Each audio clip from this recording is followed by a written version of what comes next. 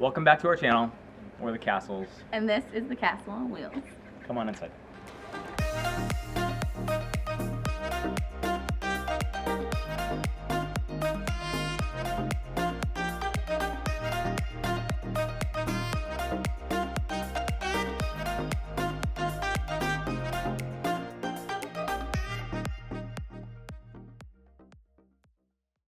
So when you walk into our now home, we first start in our kitchen, which has our dinette area and a little bench seating area, and then our full service kitchen, which has all been custom built by obviously my amazing husband, and everything is double use. So our dinette area doubles as a double size bed, if you will, and it has storage all underneath every cushion.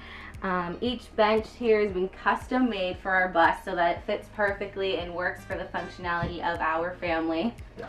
And as you keep on walking, we have some more shelving up high with some books and our kitchen plates and glassware, and all of our cabinets were from a previous home, but we just mixed and matched and repainted them, new hardware and everything. Countertop was custom made by Jeremy, and It used to be a door. yeah, $40 door that we got at a Habitat Humanity, which was amazing. We just chopped and skewed it to fit for our countertop. All tile work done by me. If you've seen our Instagram, you know that I had to slave away in our bathroom, which you'll see later. And then we did the kitchen tile in here as well. We have an RV size stove and oven, which is awesome, and it has a nice cover for us, so it gives us a little extra counter space when we need it. We have a ton of cabinet space, as you guys can see, and then we have our small little mini fridge. It's just the three of us, so we don't need a ton.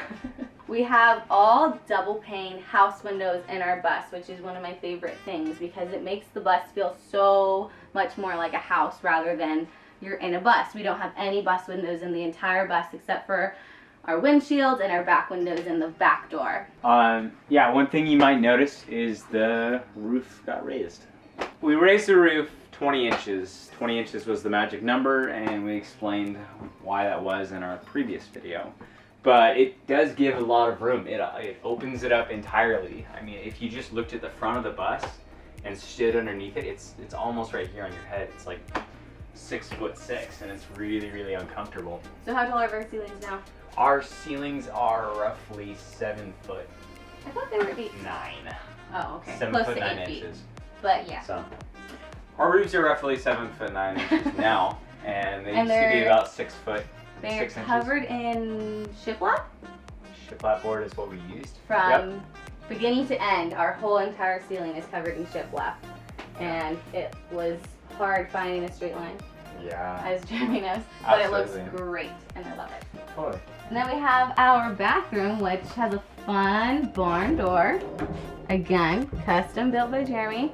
Super easy to make. Totally suggest doing one yourself if you want to do something. It just definitely eliminated empty space of having a swinging door. So it's great that we have, you know, this space of the hallway and nothing's in the way of it. It just keeps it clear. I love that. And then you come into the bathroom. And this was my hell for 3 weeks. This is where I slaved away, had to learn everything about tile, grouting, did all the liquid nails in here. And someone asked if we were nervous about doing tile in a moving vehicle.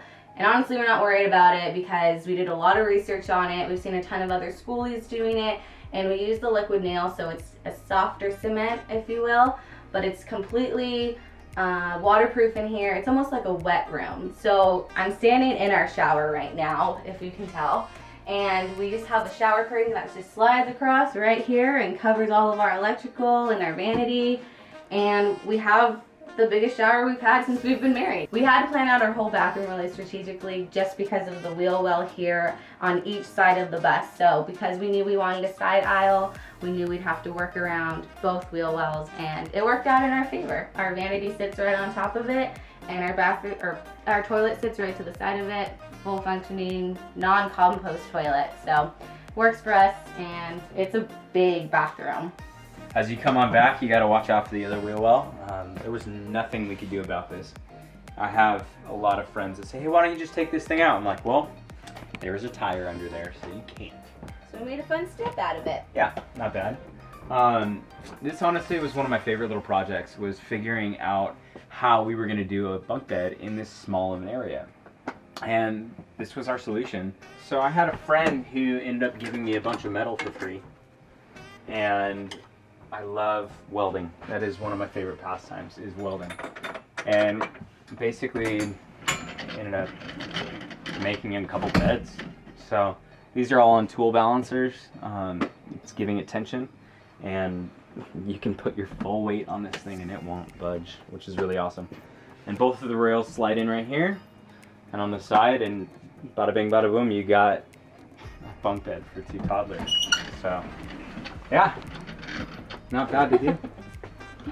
So yeah, so we planned ahead for when we eventually have more kids, because our goal is to be in here for at least 2 years. We know we want to have another child soon, so planning ahead and knowing we would need an extra bed was a great thing that we incorporated ahead of time instead of worrying about it later. But that's not for everyone, so we just knew it was something we needed, and we did it now. And we had the space, and this was the whole purpose of bunk beds. And then we had a little extra space above. So we did a little bit of storage. We put our RJ's railings up there, some hooks. We can put extra boxes and bins, and it hides our tracks. Sorry, it hides our motors for our loft bed that raises. Our elevator loft bed. Yeah, That's what I call it. I don't know what we call it yet. Loft bed. If you are wondering anything about this beam right here, it is structurally important to the entire bus. If you can look at, because we have an entire side aisle, all the 2x3s that are put in here for the different rooms, they would be able to rack back and forth. And this is the only beam right here that's holding it from racking front to back of the bus. So this is really important, and we love wrapping it in wood. It actually doesn't look too bad. Yeah. And then as you come into our room, which also doubles as like a sitting area, our closet, getting ready area, we have to make everything work for multi-purposes, like I said before.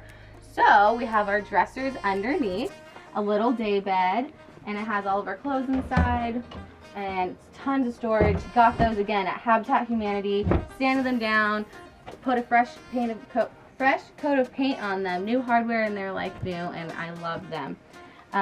We needed to figure out what we were going to do for hanging clothes item, just because, you know, you have a couple nice pieces of clothing, you want to keep it looking good.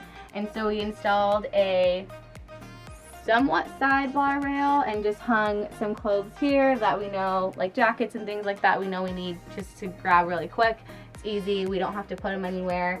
And we can transition clothes out for the summer and winter and not have to get rid of as many clothes as we think we're gonna need to, but you know, still downsize because we are living in 280 square feet.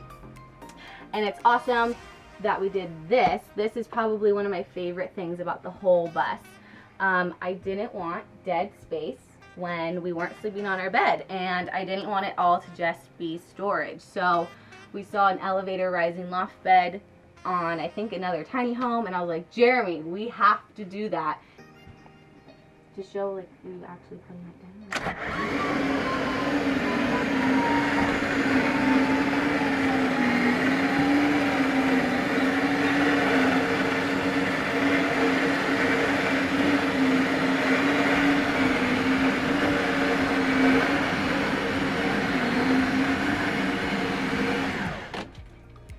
So the bed is fully Bluetooth enabled, and it's great because we can just work it from our phone. We don't have to be right next to the bed, and it gives us just extra space in the bus. We gain another like 20 square feet that we can use. We can study in here, work in here, and we plan to do like a little flip-up desk later, so we'll have another study area to work at since we're both laptop-based workers. But it's great. I mean, I love that we have that extra space, and it's not just solely dedicated to a full-size bed. Woo! So the bus is custom. Everything in here is custom. The bed is custom. RJ's beds are custom with the bunk bed. The bathroom, everything. And if you look up, the ceiling is curved, so nothing is square. So every little measurement has to be precise, and everything has to be custom built. It's kind of difficult, but once you get the hang of it, it was awesome. So right now, we're standing on our back little porch. This is the excess of the decking material that we used to make the deck on top, which is really my favorite part of the bus.